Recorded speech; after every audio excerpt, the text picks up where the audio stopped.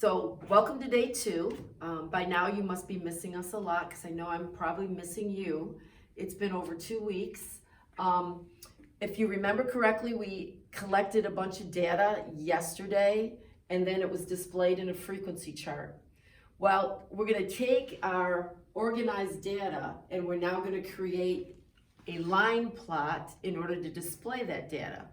So what we did is we took the figures and we cut it down to just so we didn't have such a huge range, just for an introduction to the line plot. So we're going from 4 centimeters to 15 centimeters. So that's our range. That's what we want to show on our line plot because we want to be ready to easily display it. So to do a line plot, you literally draw a line, and we're going to start with our minimum piece of data, our smallest piece of data, which was 4. And we're going to take it all the way up until 15. And you can see that what we did is we just are showing you the first piece of data that we did. So I'm going in order, consecutive order with the numbers. And as I'm doing this, I'm trying to get a good read on it. I want to display it well. So I'm trying to keep them an equal distance apart. And you can see my line isn't long enough, so no problem. I'm going to extend it. Normally I would use a straight edge because I'm kind of perfectionist, and on the smartboard I always use the line tool, but this is okay. That's straight, pretty straight. So these are the numbers, and as we start to put data on it, we need to know what those numbers are related to. What are they? What's the what is it showing? Is it 4 cats, 4 dogs? Is it clouds? What is it? Well, it's what it is. It's heights. So it needs to be labeled like anything else. We're going to label it heights. And then we're going to say that we are doing it in centimeters. So there's our official label. So now we know what these numbers represent. And one of the biggest things I've always asked you to check before we do anything is, what is this? It is going to be the number of students' heights, or students' heights, but we need to always have a title. So now you're ready to actually put the data on it. We have our label, we have our title, and we're ready to roll. So we come over here, and as you can see, there was number of students, there was 4. So I'm going to show you 2 different ways to do it. The first way is I like to use X's. So I'm going to put 4 X's on here. Why are you putting 4 X's? The reason I'm putting 4 X's on there is because each one of those X's represents 1 student, and there are 4 students. So since our chart says 4 centimeters for students, this also says 4 centimeters 4 students. So students. don't get confused. So again, this represents centimeters. The X's are going to represent each student. And in this case, it's just 1 student. Then we go to 5, no students. So we're going to skip it. We're going to go to 6. And on the frequency chart, there's 3 students. So each of my X's is going to represent 1 student. Then we're going to go to 7. No students. We're going to go to 8, and there's 1 student. And then we're going to go to 9, and there's 0 students, 10 students, 4 for 11. So 11 centimeters, there are 4 students. 1, 2, 3, 4. You know, Mrs. Lynn kind of got caught up in this. That's 1 X. And it looks as big as the 4 X's. Yeah. So I forgot. It's really kind of important that your X's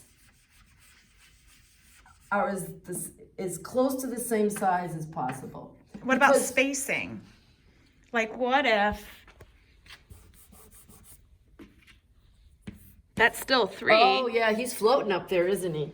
So, yeah, we want to make sure they're spaced as accurate as possible and that their size as close to possible. Because now right away, there's 3 there, there's 4 there. That one's a little taller. So you can get a really quick read on the heights of this and how tall they are.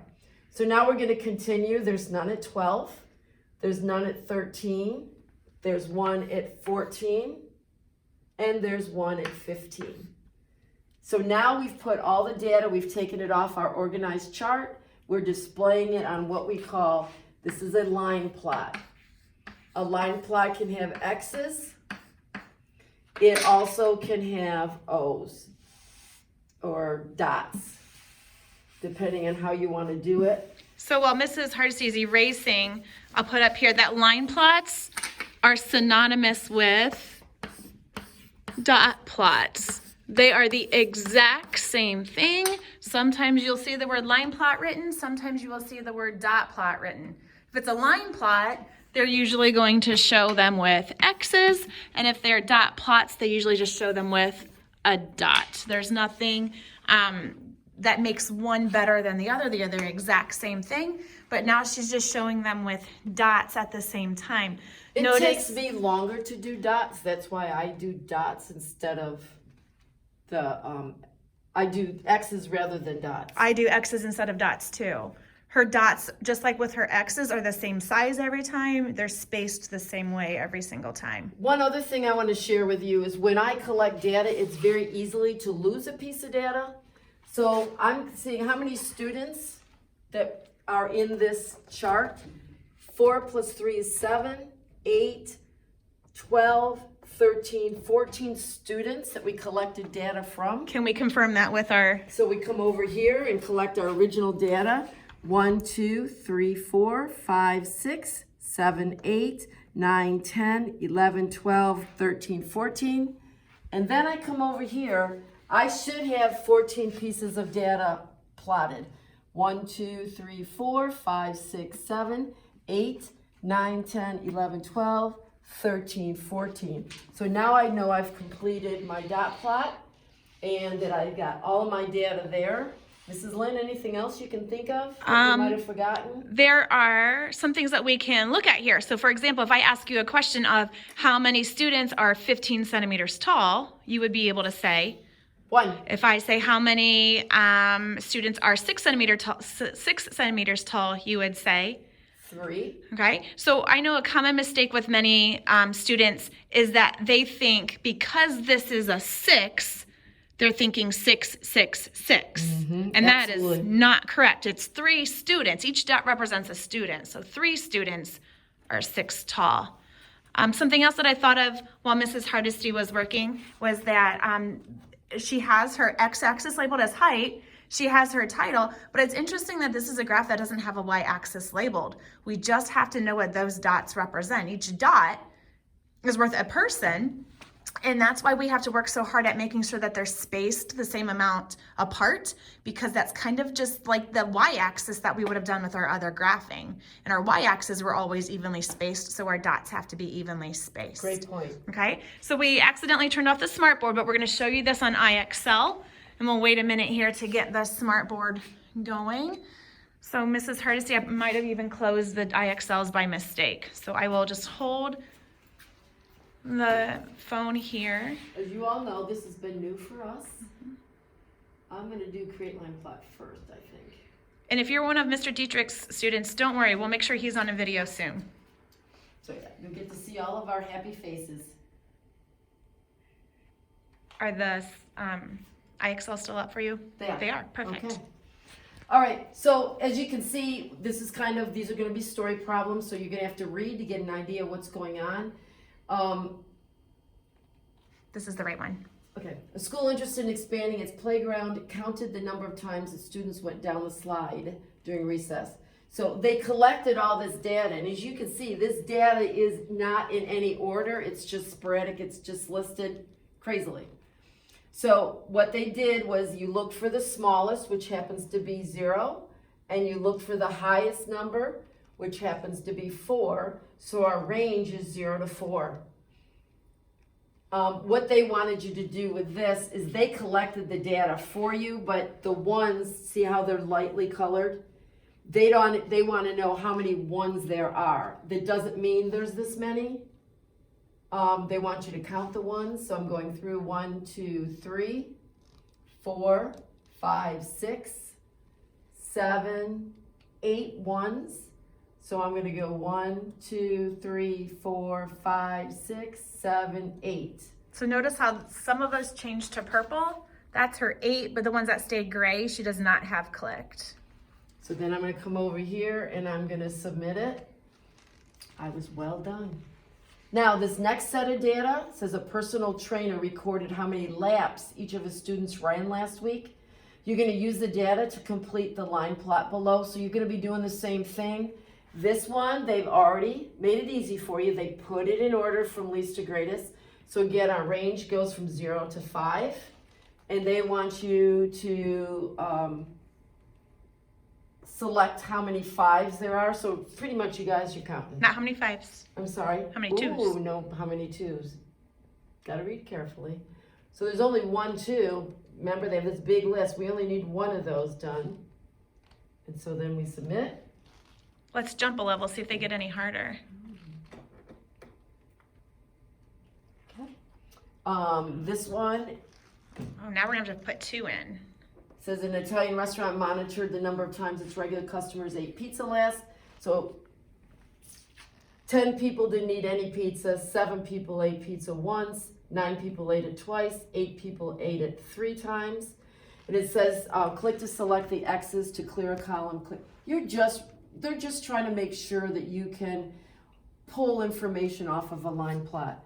So for number 0, there was 10. 1, 2, 3, 4, 5, 6, 7, 8, 9, 10.